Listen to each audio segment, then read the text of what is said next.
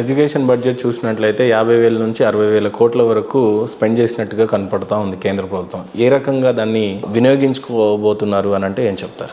టెంపరీగా కొత్త బిల్డింగ్లు కట్టుర్రి, కొత్త కంప్యూటర్లు ఇయ్యరు అని చెప్తలేము మేము. ఉన్న వసతులని అక్కడ ఉన్నటువంటి పరిసరాలకు అవసరంగా, అక్కడ ఉన్నటువంటి విద్యార్థులకు అవసరంగా వాటిని అనుగుణంగా మారుస్తే, ఎవరు చెప్పినా ఒక పాపకి తన ఎండాకాలంలో ఇంటికి పోతే నా చెట్లు చచ్చిపోవద్దు, వాటికి నీళ్ళు కావాలనే ఆలోచన వచ్చి ఉంటుంది. 40-45 రోజులు ఒక మొక్క బతకాలి అంటే దానికి ఎన్ని నీళ్ళు అవసరమైతే అనే క్యాలిక్యులేషన్ ఎవరు చెప్పారు ఆ పాపకి? So this is all innovation. రోజు ఆ చెట్టుకి నీళ్ళు అమ్మాయి పోసింది, ఆ చెట్టుని బతికించాలనుకుంది కాబట్టి అమ్మాయికి ఒక ఆలోచన వచ్చింది, ఈ చెట్టుకు రోజు ఇన్ని నీళ్లు పడతాయి, నేను 40 రోజులు మా అమ్మమ్మ వాళ్ళ ఊరుకో నానమ్మ వాళ్ళ ఊరుకో పోయి వచ్చేసరికి ఈ చెట్టు చచ్చిపోవద్దంటే మా పెరట్లో ఉన్న అన్ని మొక్కలకి ఇన్ని నీళ్లు కావాలని ఆలోచించింది. ఇది ఎందుకు వచ్చింది? Learning by doing. నువ్వు ప్రాక్టికల్గా ఉంటే వస్తుంది. కోళ్ళని పోల్ట్రీ ఫామ్లో పెట్టి ఏసీలో పెట్టి పెంచినట్టు పెంచకుండా పిల్లల్ని బయటి ప్రపంచంతో ఎడ్యుకేట్ చేసి బయటి ప్రపంచంతో కలిసి పెరిగేలాగా చేస్తే పిల్లలకి ప్రపంచం, పర్యావరణం అన్నీ నేర్పిస్తుంది వాళ్ళకి. ఇలా పర్యావరణం బాగుండాలని పిల్లలు చాలా చేస్తూ ఉన్నారు, ప్లాస్టిక్ని వాడకుండా చేస్తూ ఉన్నారు. So these are all innovations. ఈ ఇన్నోవేషన్స్ వైపు విద్యార్థుల్ని నడిపిస్తూ ఉన్నాం. దానికి నూతన జాతీయ విద్యా విధానం ఉపయోగపడుతుంది. బడ్జెట్లో మేము ఇచ్చిన PM శ్రీ స్కూల్స్ డెవలప్మెంట్ చేయడం, టాయిలెట్స్ లేకపోవడం, లైబ్రరీ లేకపోవడం, ల్యాబ్స్ లేకపోవడం, ఇట్లాంటి కొరతలు తీర్చి చదువుకునేప్పుడే పిల్లల లోపల సృజనాత్మకతను పెంచడానికి PM శ్రీ స్కూల్స్ ఉపయోగపడతాయి. భారతదేశంలో గతంలో బీజేపీ ప్రభుత్వం ప్రయత్నించినటువంటి 3 చట్టాలని వెనక్కి తీసుకోవడం జరిగింది, ఆమోదించలేదు. భారతదేశంలో రైతుని రాజు చేస్తానని, లేకపోతే రైతు యొక్క రెవెన్యూ ఆర్థిక పద్ధతిని పెంచుతామని చెప్పి బీజేపీ చాలాసార్లు అనడం జరిగింది. సో ఉన్నటువంటి ఈ 11 సంవత్సరాలలో బీజేపీ రైతులకు ఏమైనా చేసింది అని అంటే ఏం చేసిందని అంటారు? రానున్న రోజుల్లో బీజేపీ రైతుల కోసం ప్రవేశపెట్టిన బడ్జెట్లు కానీ ఏ రకంగా వినియోగిస్తారు? అన్న, వెనకటికి 2004 నుంచి 2014 మధ్యలో దేశంలో ఏ రాష్ట్రంలో చూసినా యూరియా కావాలంటే సఫిషియెంట్ యూరియా దొరికేది కాదు. రాత్రిపూట లైన్లో నిల్చొని చెప్పులు పెట్టి, గొంగలు పెట్టి, బ్యాగులు పెట్టి ఇంటికి పోయి పడుకొని పొద్దుగాలు వచ్చి లైన్లో నిల్చొని కొట్టుకునే పరిస్థితి. యూరియా కోసం లైన్లో నిల్చొని చచ్చిపోయిన రోజుల నుంచి ఈరోజు మీకు ఎంత యూరియా కావాలంటే యూరియాని ఇచ్చే స్థితికి భారతదేశం ఎదిగింది. ఉత్తగానే రాలేదన్న, చిన్న ఆలోచన. మరి ఆక్స్ఫర్డ్లో చదివిన వాళ్ళకి, కేంబ్రిడ్జ్లో చదివిన వాళ్ళకి ఎందుకు రాలేదో నాకు తెలియదు. యూరియా అంతా అప్పుడు బ్లాక్ మార్కెటింగ్కి పోయేది, పాల తయారీకి వాడుకునేటోళ్ళు, ఇతర కెమికల్స్ తయారీలో వాడేటోళ్ళు. ఇప్పుడు నరేంద్ర మోడీ గారు ప్రధానమంత్రి అయిన తర్వాత ఒక చిన్న లాజిక్, యూరియాకి వేప నూనెని యాడ్ చేసి దాన్ని చేదుగా చేసేస్తే you cannot add it in any other chemicals. ఈ ఒక చిన్న ఆలోచన రాలేదు ఆక్స్ఫర్డ్లో, కేంబ్రిడ్జ్లో చదువుకున్న వాళ్ళకి. నరేంద్ర మోడీ గారు వచ్చినాక చేస్తే భూమికి ఫెర్టిలిటీ పెరిగింది, రైతుకి యూరియా దొరికే స్థితికి వచ్చినాం. మనం ఏ సీజన్కి ఆ సీజన్కి ముందే రైతులకు కావాల్సినటువంటి అన్నీ కూడా ఇస్తూ ఉన్నాం. అంతర్జాతీయ మార్కెట్లో యూరియా బ్యాగ్ విలువ 3,500 పెరిగింది. దాదాపు 3,200 భారత ప్రభుత్వమే సబ్సిడీ ఇస్తుంది. ఒక చిన్న సన్నకారు రైతుకి ఏడాదికి 5 బస్తాలు పడతాయంటే ఎన్ని పైసలు మిగులుతున్నాయన్నా? 3,000 లెక్కేసుకున్నా 15,000 రూపాయలు నేరుగా మిగులుతున్నట్టు. PM కిసాన్ సమ్మాన్ నిధి కింద 3 ఇన్స్టాల్మెంట్ల కింద ప్రతి రైతుకి 2,000 చొప్పునిచ్చి చిన్న సన్నకారు రైతులకి సంవత్సరానికి 6,000 ఇచ్చి వాళ్ళకి సాయం చేస్తున్నాం కదన్నా. నేను ఇందాక చెప్పిన డ్రోన్లు తీసుకొచ్చినాం కదన్నా, కూలీలను పెట్టి మందు కొట్టుడు బంద్ చేసి ఒక రైతు డ్రోన్ ఆపరేట్ చేసి తన పొలం అంతా మందు కొట్టుకునేటువంటి పరిస్థితి తీసుకొచ్చినాం. వ్యవసాయంలోకి ఆధునిక పనిముట్లు తీసుకొచ్చినాం. వ్యవసాయ రంగాన్ని మోడర్నైజేషన్ వైపు నడిపిస్తూ ఉన్నాం. ఎక్కడికక్కడ రైతుల్ని స్వయం సమృద్ధి చేస్తూ ఉన్నాం. ఇవన్నీ ఆదాయాన్ని పెంచడానికి ఉపయోగపడేటువంటి. పక్క దేశాల్లో చూసినట్లయితే అగ్రికల్చర్లో వాడుతున్నటువంటి ఇన్నోవేషన్ మిషన్స్ భారతదేశంలో ఇంకా ఆ టెక్నాలజీని ఆమడ దూరంలోనే ఉన్నట్టుగా కనపడతాం. బీజేపీ తీసుకున్నటువంటి చొరవ ఏ రకంగా ఉంది అని అంటే ఏమంటారు? సో నేను అదే చెప్పిన, ఇందా మీకు డ్రోన్లను తీసుకొచ్చినాం అంటున్నా. కూరగాయలకు మందు కొట్టాలి, ఒక చెట్టుకు మందు కొట్టాలంటే స్పెసిఫిక్గా పోయి అక్కడికే డ్రోన్ ద్వారా పోయి కొట్టగలిగే స్థితికి తీసుకొచ్చినాం. అంతర్జాతీయ మార్కెట్ లోపల ఉన్నటువంటి ఒడిదుడుకులు, దేశీయ మార్కెట్లో ఉన్న ఒడిదుడుకుల్ని దృష్టిలో పెట్టుకొని ఈనామ్ వ్యవస్థ, నువ్వు నిజామాబాద్లో ఉండే రైతు నిజామాబాద్లోనే మార్కెట్ యార్డ్లో కూర్చొని దేశంలో ఎక్కడ ఎక్కువ ధర ఉంటే అక్కడ తను పండించినటువంటి పంటలు నమ్ముకోవడానికి ఈనామ్ వ్యవస్థను తీసుకొచ్చినాం. ఇంగ్లీష్ అక్షరం ఈనామ్, అది తీసుకొచ్చినాం. వ్యవసాయ పనిముట్లకి రైతులకి పైసలు ఇస్తున్నాం, కోల్డ్ స్టోరేజ్లు కట్టిస్తున్నాం, గోడౌన్లు కట్టిస్తున్నాం. రైతు ఇమ్మీడియట్గా అమ్ముకోకుండా తన పండించిన పంటను నిల్వ చేసుకొని తనకు మార్కెట్లో అనుకూలమైన రేటు వచ్చినప్పుడు అమ్మేందుకు ఉపయోగపడతా ఉన్నాం. PM కిసాన్ సమ్మాన్ నిధి ఇచ్చినాం, డ్రోన్లు తెచ్చినాం, ట్రాక్టర్లు ఇచ్చినాం, వ్యవసాయ పనిముట్లు ఇచ్చినాం, డ్రిప్ ఇరిగేషన్ ఎంకరేజ్ చేస్తూ ఉన్నాం. సబ్సిడీ మీద రైతుకు కావాల్సినటువంటి అన్ని సదుపాయాలను ఇస్తూ ఇంకా మీరు అన్నట్టు ఇంకా చేయాల్సినవి చాలా ఉన్నాయి. అంతర్జాతీయ మార్కెట్కి పోటీ పడడానికి ఇంకా రైతు కొన్ని అవసరాలు ఉన్నాయి, వాటి ఖచ్చితంగా నెరవేరుస్తాం, తీరుస్తాం.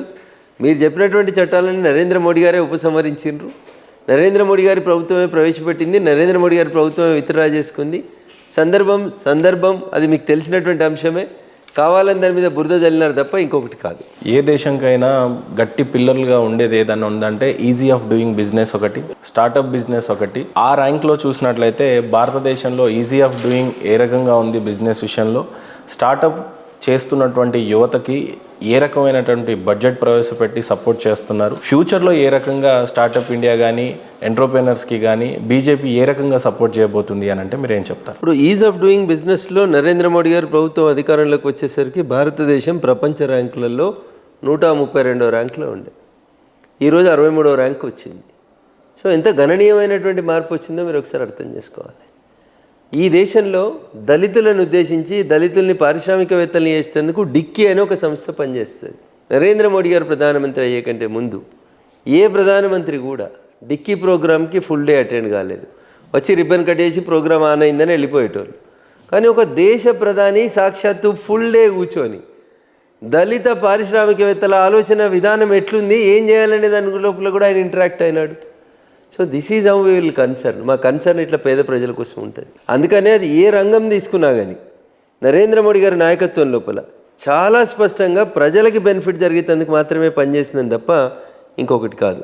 మీరు స్టార్టప్ల గురించి మాట్లాడినా, లేకపోతే మేక్ ఇన్ ఇండియా కోసం మాట్లాడినా, అన్ని రంగాల లోపల కూడా ఎంకరేజ్మెంట్ ఎవరికి దొరుకుతుంది అంటే కొత్త తరానికి. అంకురాల పేరిట వచ్చి నేను ఒక కంపెనీ పెట్టుకోవాలనుకుంటున్నా, దానికి కూడా లోన్లు ఇస్తూ ఉంది భారత ప్రభుత్వం.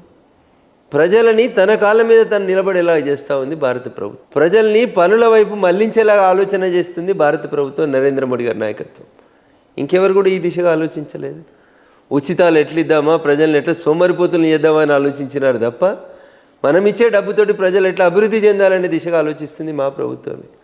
కాబట్టి నరేంద్ర మోడీ గారి ప్రభుత్వం ఏ పథకాన్ని తీసుకొచ్చినా తన్ మన్ ధన్ అన్నీ వెచ్చించి అన్ని రకాలుగా ఆలోచించి అది ప్రజలకు మేలు చేసేలాగానే ఉపయోగం చేసిందని తప్ప ఎక్కడ కూడా తేడా చేయలేదు. కాబట్టి జీడిపి లోపల అంతగానం గ్రోత్ కనబడతా ఉంది. అన్ని $1 ట్రిలియన్ భారత వ్యవస్థ, ఆర్థిక వ్యవస్థ ఎదిగింది అంటే అదంతా కూడా ఒక సరైనటువంటి ప్లానింగ్ వల్లనే జరిగింది తప్ప ఇంకొకటి. యంగ్స్టర్స్కి ఇప్పుడు మీరు చెప్పినట్లు రైతులకి డైరెక్ట్గా వాళ్ళ ఖాతాలో డబ్బులు పడటం అనేది మీరు సాధించినటువంటి ఘనత. చాలా మందికి డైరెక్ట్గా ఎప్పుడైతే గతంలో కాంగ్రెస్ ప్రభుత్వం రూపాయి ఇస్తే 15 పైసలు వచ్చేదనే ఒక వాదనని మీరు డైరెక్ట్గా వాళ్ళ అకౌంట్లో పడేటట్టు చేశారు. అట్లాగే ఈజీ ఆఫ్ గెటింగ్ లోన్ విషయంలో యువతకి స్టార్టప్ ఇండియా స్కీమ్ కింద అంతే ఈజీగా వచ్చే దిశగా ఏమన్నా మీరు చొరవ తీసుకునే అవకాశం ఉందంటారా? ఎవరు గుర్తించని, ఎవరు మాట్లాడని విశ్వకర్మల గురించి మేము మాట్లాడుతున్నాం. విశ్వకర్మలకి నేరుగా లోన్ ఇస్తున్నాం, ట్రైనింగ్ ఇస్తున్నాం, లోన్ ఇస్తున్నాం, ప్రధానమంత్రి ముద్ర కింద ఇస్తున్నాం. ఆఖరికి స్ట్రీట్ వెండర్స్ అన్న, రోడ్డు మీద కూర్చొని కూరగాయలు అమ్ముకునేటువంటి పేద ఆడబిడ్డలకి రోజువారీ మిత్తి తీసుకొచ్చుకుంటారు ఫైనాన్స్లో వాళ్ళు 5%, 10%. అది తగ్గాలని స్ట్రీట్ వెండర్స్కి మనిషికి 10,000 రూపాయలు లోన్ ఇచ్చింది భారత ప్రభుత్వం. ఇంత చిన్న వ్యక్తుల గురించి కూడా ఆలోచిస్తుంది భారత ప్రభుత్వం. Because they all contribute for the Indian economy. ఎవరిని చిన్న పెద్ద అని చూస్తలేం. ప్రాసెసింగ్ ఎక్కువ టైం పడుతుంది అని అంటున్నారు. ఆ దిశగా ఏమన్నా చాలా ఈజీ ఆఫ్ డూయింగ్ బిజినెస్లో భాగంగానే ఈజీ ఆఫ్ గెటింగ్ లోన్కి ఏమన్నా ప్రయత్నిస్తుందా? సాధ్యమైనంత వరకు బ్యాంకుల్ని సరళీకృతం చేసి బ్యాంక్ లోన్ విధానాన్ని, పేపర్ని ఫిలప్ చేసే విధానాన్ని సాధ్యమైనంత వరకు తగ్గించి ఎక్కువ మందికి లోన్లు అందించేందుకు ప్రయత్నం చేస్తూ ఉన్నాం. మీరు అన్నట్టు కొన్ని బ్యాంకులు అట్లా ఇబ్బందులు పెడుతున్నట్టు మా దృష్టికి కూడా వస్తుంది. వాటిని కూడా రెక్టిఫై చేస్తాం తప్పకుండా. గడిచినటువంటి ఈ 11 సంవత్సరాలలో నరేంద్ర మోడీ గారు సృజనాత్మకమైన మార్పులు, డాషింగ్ చేంజెస్ కూడా చాలా తీసుకొచ్చారు. అట్లా టాప్ 10 చెప్పాలి నరేంద్ర మోడీ గారు ఈ ఇండియాకి ఉపయోగపడేవి ఒక టాప్ 10 చేశారు అని అంటే మీరేం చెప్తారు? నరేంద్ర మోడీ గారి గురించి, నరేంద్ర మోడీ గారి పాలన గురించి చెప్పాలంటే రాస్తే రామాయణం అంత అవుతుంది, చెప్తే భాగవతం అంత అవుతుంది. మీరు 10 ముక్కలలో చెప్పుర్రు, 10 నిమిషాలలో చెప్పుర్రు అంటే it is not so easy to tell. But anyhow నాకున్నటువంటి పరిమిత పరిజ్ఞానం తోటి దాన్ని సాధ్యమైనంత తొందరగానే కన్క్లూడ్ చేసేందుకు ప్రయత్నం చేస్తాను. నేను మళ్ళీ చెప్తా ఉన్నా, మీకు చిన్న విషయాలు అనిపిస్తుండొచ్చు. ప్రతి ఇంటి ముందు బాత్రూమ్ కట్టించి ప్రతి ఆడబిడ్డ తలెత్తుకొని నిలబడేలా చేసింది. స్వచ్ఛ భారత్ కింద నిర్మించినటువంటి శౌచాలయాల దగ్గర నుంచి మొదలుకుంటే ఆపరేషన్ సింధూర్ దాకా ఇది అదేం లేకుండా ఒకటేని కాదు. మా మీద ఎన్ని విమర్శలు ఉండేనో అన్ని విమర్శలకు సమాధానం చెప్పారు. మోడీ గారు ఆర్టికల్ 370 రద్దు చేస్తారు. ఈ దేశంలో ఒకటే ప్రధానమంత్రి, ఒకటే రాజ్యాంగం, ఒకటే జెండా ఉండాలి. 1 nation 1 constitution 1 prime minister. Doctor Shyama Prasad Mukherjee గారు కలగని కాశ్మీర్లోకి పాదయాత్ర చేసి జైల్లో అనుమానాస్పద పరిస్థితుల్లో చనిపోతే ప్రతి భారతీయుడి కళ, ప్రతి స్వయం సేవకుని కళ. చిన్నప్పుడు వెంకయ్యనాయుడు గారు ఒక సందర్భంలో చెప్పారు నాకు, గోడల మీద జాజుతోటి, తెల్ల గోడల మీద జాజుతోటి, ఇప్పటిలాగా పెయింట్లు లేకుండే, ఆర్టికల్ 317 రద్దు చేయాలని రాసినటువంటి రోజుల్ని అప్పట్లో వెంకయ్యనాయుడు గారు విద్యార్థి నాయకుడిగా రాసినటువంటి రోజుల నుంచి అదే వెంకయ్యనాయుడు గారి చేతుల మీదుగా ఆర్టికల్ 317 రద్దు చేసే బిల్లును రాజ్యసభలో ప్రవేశపెట్టారు. చాలామంది మాట్లాడారు, జమ్మూ కాశ్మీర్ మాజీ ముఖ్యమంత్రులు, పేర్లు అనవసరం.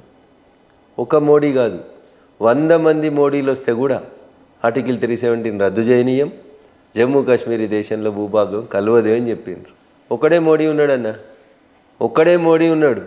ఆర్టికల్ 370 రద్దయింది, ఆర్టికల్ 35 రద్దయింది, జమ్మూ కాశ్మీర్ భారతదేశంలో అంతర్భాగమైంది, రాష్ట్రపతి పాలన పోయింది, ఎన్నికలు జరిగినాయి, ఒమర్ అబ్దుల్లా ముఖ్యమంత్రి అయ్యిండు. ఈ దేశానికి స్వతంత్రం వచ్చినాక మొదటి ప్రభుత్వం కాడి నుంచి ఉన్న డిమాండ్ ఆర్టికల్ 370 రద్దు. ఎవరూ చేయలేకపోయినారు, కానీ మోడీ గారు మాత్రమే చేసిండ్రు. అందుకని మోడీ గారి పాలనలో impossible is a word found in the dictionary for fools only. Napoleon ఆ రోజు చెప్తే ఈరోజు నరేంద్ర మోడీ గారు చేసి చూపెడతా ఉన్నారు, ఆచరణలో చేసి చూపెడుతున్నటువంటి గొప్ప నాయకుడు నరేంద్ర మోడీ గారు. ఆర్టికల్ 370 ఎవరు కలగనలేదు అంటున్నా. దాని గురించి మాట్లాడితే స్వయం సేవకుల కళ్ళల్లోంచి నీళ్ళు వస్తాయి. జమ్మూ కాశ్మీర్ విషయంలో వచ్చిన స్వయం ప్రతిపత్తిని ఎత్తేయాలని కొట్లాడింది సంఘం. ఆ కళ నెరవేర్చిన నాయకుడు నరేంద్ర మోడీ గారు. ఇంకొక మాట, ప్రతి ఎలక్షన్లప్పుడు అపోజిషన్ వాళ్ళు మమ్మల్ని బనాయించదు. ఏ రామ మందిరం బీజేపీ కట్టడపై ఎలక్షన్లు రాగానే రాముని పేరు మీద వీళ్ళు ఓట్లు అడుక్కుంటారు, రాముని పేరు మీద పైసలు అడుక్కుంటారు. ఇట్లా దుర్మార్గంగా బనాయించేటోళ్ళు భారతీయ జనతా పార్టీ నాయకుల్ని, కార్యకర్తల్ని. 100 మంది కరసేవకుల శ్రమని, 100 మంది ఆత్మార్పణాన్ని గుర్తుపెట్టుకొని ప్రపంచంలో భవ్యమైన దివ్యమైన రామ మందిరాన్ని భారతదేశంలో నభూతో నా భవిష్యత్ అన్నట్టు నిర్మించినటువంటి నాయకుడు నరేంద్ర మోడీ గారు. ప్రపంచం శ్లాఘించింది. ఒక నెత్తురు చుక్క పడకుండా, ఒక మత ఘర్షణ జరగకుండా ఆర్టికల్ 370 రద్దు చేసిన నాయకుడు, రామ జన్మభూమి ట్రస్ట్ దారు ఉన్నటువంటి భూమిలో రామ మందిరాన్ని నిర్మించిన నాయకుడు నరేంద్ర మోడీ గారు. చిన్న బాత్రూమ్ దగ్గర నుంచి, ఇంటి ముంగట కట్టుకున్న బాత్రూమ్ గారి దగ్గర నుంచి మొదలుకొంటే రామ మందిర నిర్మాణం దాకా వారు తీసుకున్న ప్రతి నిర్ణయం భారతదేశ చరిత్రలో సువర్ణాక్షరాలతోటి లిఖించబడినటువంటి నిర్ణయాలు. పేదోడికి ఇల్లు లేదు, ప్రధానమంత్రి ఆవాస్ యోజన కింద 4 కోట్ల మందికి ఇల్లు ఇచ్చినామన్నా. ఒకరు కాదు, ఇద్దరికి కాదు. మమ్మల్ని రోజు పొద్దుగాల తిట్టే వెస్ట్ బెంగాల్ ముఖ్యమంత్రి దీదీ కూడా ఆఖరికి వెస్ట్ బెంగాల్లో 25 లక్షల మందికి ఇల్లు కట్టించింది ప్రధానమంత్రి ఆవాస్ యోజన కింద మేము పైసలు ఇస్తే. So this is the greatness of Narendra Modi. ఇంటి ముంగట గుడిసె కాదు, ఒక ఇల్లు ఉండాలి, ఆ ఇంటికి 24 గంటలు కరెంట్ ఉండాలి, ఆ ఇంటికి 24 గంటలు నల్లా నీళ్ళు ఇవ్వాలి. హర్ ఘర్ జల్ యోజన అనేది నరేంద్ర మోడీ గారి యోజన. పేదోనికి ఇల్లు కట్టిమంటే చాలా మంది చెప్తారన్న, అటు 10 అడుగులతో కట్టించి ఇందిరం మిల్లు అని ఒక రూమ్ ఇచ్చిర్రన్న. అది కాదు, మేము ప్రజలు ఆత్మగౌరవంతో బతికేందుకు 4 కోట్ల మందికి ప్రధానమంత్రి ఆవాస్ యోజన కింద ఇల్లు కట్టించినటువంటి నాయకుడు నరేంద్ర మోడీ గారు. అరే పొలం కాడికి పోయి కట్టెలేరుకొని వచ్చి క్యాన్సర్తో కొట్లాడుతున్న అవ్వలకు కష్టం కావద్దని, వెనుకటికి ఎమ్మెల్యేలు ఎంపీలు ఉత్తరం రాత్రాని గ్యాస్ కనెక్షన్లని, నీ ఇంట్లో గ్యాస్ ఉందా లేదా అని అడిగి ప్రధానమంత్రి ఉజ్వల యోజన కింద ప్రతి పేదింటి మహిళకి గ్యాస్ సిలిండర్ని ఇచ్చినటువంటి ఘనత నరేంద్ర మోడీ గారి ప్రభుత్వాన్ని, ఉచితంగా ఇచ్చినటువంటి ప్రభుత్వం అది. భారత్ గతి శక్తిమాల, నేషనల్ హైవేస్, ఇవాళ భారతదేశంలో జరుగుతున్నటువంటి infrastructure development, national highways development గురించి అసలు మీరు ఊహించలేరు. ప్రపంచం అమెరికా లాంటి రోడ్లతోటి పోటీ పడుతున్నాయి మన రోడ్లు. మా మంత్రి నితిన్ గడ్కరీ గారు చెప్పారు, కారు బ్యానెట్ మీద మంచినీళ్ళ గ్లాస్ పెడితే కూడా దొల్లకుండా పోవాలి. That should be the quality of the roads అని చెప్పినాం. భారత గతి శక్తిని మార్చినాయి భారత రోడ్లు, భారత డైనమిక్స్ అవి. ప్రధానమంత్రి పిఎం కిసాన్ సమ్మాన్ నిధి కింద ప్రతి రైతుకి 5 ఎకరాల లోపల ఉన్న ప్రతి రైతుకి 2000 చొప్పున 3 సార్లు 6000 రూపాయలు ఇస్తా ఉన్నాం ఏడాదికి. ఇవి పేద ప్రజల అభ్యున్నతి కోసం చేసినాం, దేశం కోసం చేసినాం, స్వయం సేవకుల కళను నెరవేర్చేందుకు చేసినాం, ఆర్టికల్ 370 రద్దు చేసినాం. ఇవి కాకుండా సబ్కా సాత్ సబ్కా వికాస్ అని గత ప్రభుత్వాలు ఓట్ల కోసం మైనార్టీని ఓటు బ్యాంక్ రాజకీయాలుగా చూస్తుంటే, ముస్లిం ఆడబిడ్డలు కూడా బాధపడొద్దని చెప్పి ట్రిపుల్ తలాక్ అనేటువంటి విధానాన్ని రద్దు చేసి ప్రపంచంలో ఒక గొప్ప నిర్ణయం తీసుకున్నటువంటి స్వాప్నికుడిగా, సాహసవంతమైనటువంటి ప్రధానమంత్రిగా నరేంద్ర మోడీ గారు నిలబడ్డారు. వక్ఫ్ బిల్లు మొత్తం రక్తం ఏరులై పారుతుంది వక్ఫ్ చట్టం తెస్తే అన్నారు. కనీసం ఒక రాయి కూడా తిరగకుండా, రాయి కూడా పడకుండా వక్ఫ్ చట్టాన్ని రద్దు చేసి కలెక్టర్లకే సంపూర్ణమైనటువంటి అధికారాలు ఇచ్చారు. ఈ దేశంలో సిఏఏ ఎన్ఆర్సి మన పొరుగు దేశాలకు పోయి మైనారిటీలుగా బతుకుతున్నటువంటి హిందువులు, సిక్కులు, జైనులు, ఇతర మతాలకు సంబంధించినటువంటి మైనారిటీలు ఎవరైతే ఇస్లామిక్ కంట్రీస్లో ఉన్నారో వాళ్ళందరికీ భారతదేశంలో పౌరసత్వం ఇచ్చేందుకు సిఏఏ ఎన్ఆర్సీని తీసుకొచ్చినటువంటి ప్రభుత్వం నరేంద్ర మోడీ గారి ప్రభుత్వం, భారత ప్రధాని నరేంద్ర మోడీ గారి నాయకత్వంలో జరిగింది. ఆత్మనిర్భర్ భారత్ కింద భారతదేశ ఉత్పత్తులకి ప్రపంచవ్యాప్తమైన లోకల్ని గ్లోబల్గా చేసినటువంటి ఘనత నరేంద్ర మోడీ గారికి దక్కుతుంది. మరి ఏ దేశానికి పోయినా ఏ ప్రధానమంత్రిని కలిసినా ఇక్కడ నుంచి లోకల్ వస్తువులను తీసుకుపోయి ఇచ్చినారు తప్ప మేక్ ఇన్ ఇండియాని ఎంకరేజ్ చేసినారు తప్ప ఇంకొకటి కాదు. స్టార్టప్ ఇండియా, మాకు ఉద్యోగం ఎవరిస్తారనే స్థితి నుంచి మేమే ఉద్యోగాలకు ఇస్తామనేటువంటి దిశగా యువతని మార్చేందుకు మొదలుపెట్టినటువంటి యువతకు ఉపాధి ఆవిష్కరణలకు మద్దతు పెట్టేటువంటి రీతి లోపల పనిచేసినటువంటి స్టార్టప్ ఇండియా కానీ, నోట్ల రద్దు, డిమానిటైజేషన్, భారతదేశం లాంటి పేదరిక దేశంలో, కరెంట్ లేని దేశంలో, ఇంటర్నెట్ లేని దేశంలో డిజిటల్ ఇండియా అనేటువంటి ఒక స్వప్నాన్ని కన్నాడు. మైసూరుకు అయినా, బెంగళూరుకు అయినా, నేషనల్ హైవే మీద ఆఖరికి కూరగాయలు అమ్ముకునేటువంటి ఆడపడిచి దగ్గరకు పోయినా ఇలా డిజిటల్ ఇండియా స్వప్నం సాకారమైంది. నోట్ల రద్దు తర్వాత మెజారిటీ ప్రాంతాల లోపల ప్రపంచంలో ఈరోజు నెంబర్ 1 దేశంగా డిజిటల్ ద్వారా పేమెంట్ జరుగుతున్నటువంటి ప్రపంచంలో నెంబర్ 1 దేశం ఏదంటే భారతదేశం నరేంద్ర మోడీ గారి నాయకత్వం లోపల జరిగింది. ఇట్లా నరేంద్ర మోడీ గారి నాయకత్వంలో ప్రజలు కోరుకున్నది ఏంది, ప్రజలకు అవసరం ఏమున్నది ఏంది అనేది ఆలోచించి ప్రజలకు దగ్గర అయితేందుకు ఆయన పోయినారు తప్ప ఎక్కడ కూడా తన వ్యక్తిగతం కోసం, పార్టీ కోసం వారు పనిచేయలేదు. అంత్యోదయ కాన్సెప్ట్లోనే పనిచేసినాం మేము. ఈ దేశం బాగుండాలనే పనిచేస్తూ వస్తూ ఉన్నారు. ప్రతి ఊరికి భారతదేశంలో కరెంటు లేని ఊరు ఉండొద్దని తన ప్రధానమంత్రి అయిన 1000 రోజులలో దాదాపు 18,000 హ్యాబిటేషన్స్కి కరెంటు లేకపోతే మొత్తం 18,000 హ్యాబిటేషన్స్కి కరెంట్ ఇచ్చినటువంటి నాయకుడు.